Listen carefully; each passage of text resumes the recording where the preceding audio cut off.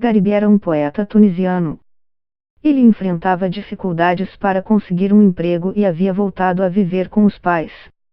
Mas, o pior é que Gariby havia perdido as esperanças. É difícil saber as razões concretas que levam alguém ao suicídio. A maioria dos especialistas concorda que, geralmente, há mais de um fator. Os amigos de Gariby dizem que sua depressão foi exacerbada pela situação política e econômica da Tunísia, o país em que a Primavera Árabe começou. Os números da pesquisa não se referem a casos de depressão comprovados clinicamente, mas sim de pessoas que dizem se sentir deprimidas. Mas a pergunta que foi feita aos entrevistados trata de um desespero duradouro, não apenas de uma sensação passageira. A vida, às vezes, é exaustiva. Nos últimos 6 meses, com que frequência você se sentiu tão deprimido que nada era capaz de fazer você se sentir melhor? Foi a pergunta.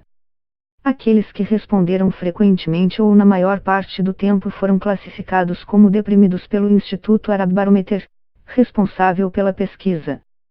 Não se fala muito sobre bem-estar mental no mundo árabe, uma região frequentemente analisada sob o ângulo geopolítico, o conflito Israel-Palestina, o petróleo, a religião, o terrorismo e a guerra.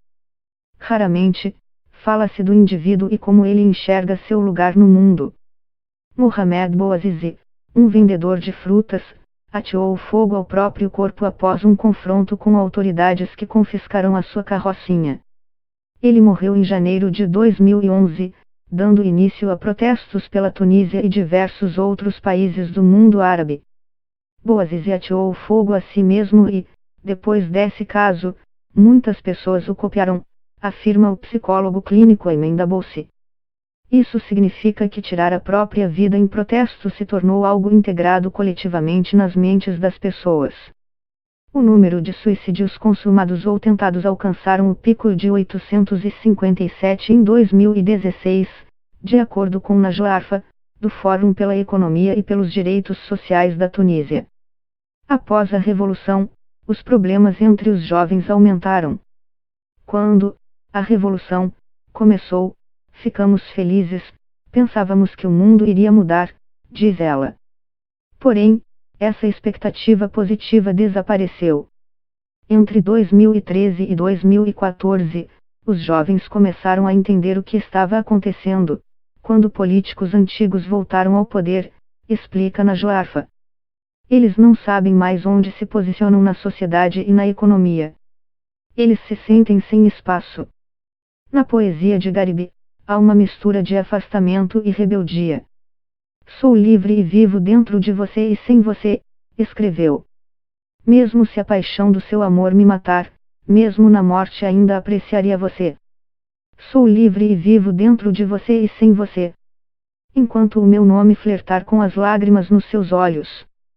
Parece muito. Mas chega a ser maior que em outras partes do mundo. É difícil de dizer. A Organização Mundial da Saúde, OMS, indica que o Mediterrâneo Oriental, uma região muito próxima do mundo árabe, onde foi feita a pesquisa, tem a menor taxa de depressão do mundo e poucos suicídios. A pesquisa mostra que uma grande parte da população do Oriente Médio enfrenta altos níveis de sofrimento, diz Svaran Singh, diretor de saúde mental e bem-estar da Universidade de Warwick. Em geral, são números maiores do que as médias ocidentais. Porque o Sudão, que, durante a pesquisa, vivia sob um regime político brutal, tem níveis de depressão tão inferiores aos iraquianos. E porque o Iêmen, que está em guerra há 4 anos, é menos deprimido do que Jordânia e Tunísia, que são países relativamente mais estáveis. Guerra e colapso econômico não causam, necessariamente, depressão. É o que diz Rashid Skinner, palestrante no Cambridge Muslim College, na Inglaterra, e professor visitante na Universidade Internacional Islâmica de Islamabad, no Paquistão. Na verdade, explica Skinner, a existência de um conflito pode reduzir a sensação de alienação, ao dar às pessoas o sentimento de terem um propósito compartilhado. Na Irlanda do Norte, por exemplo, as taxas de suicídio eram menores nas épocas de conflito do que após os acordos que visaram acabar com as hostilidades. O que gera bem-estar é a sensação de pertencimento, fala Skinner. E o Sudão é uma das sociedades mais tribais do mundo árabe, gerando fortes laços sociais, continua o especialista. Já o que gera sentimentos ruins é não se sentir conectado, de uma forma que não vê saída para as dificuldades.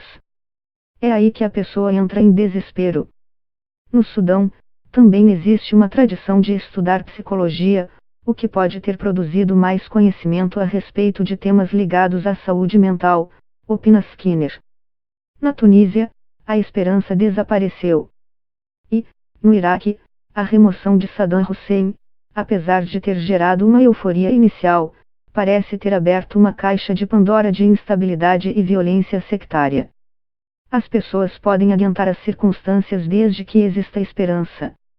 Quando você não consegue enxergar esperança, você fica desesperado e esse desespero leva ao suicídio, fala Skinner. Eu não posso dizer que aceitei, mas entendi o que aconteceu, diz Olfa. Felizmente, ele não morreu como muitas pessoas, porque ele deixou muito.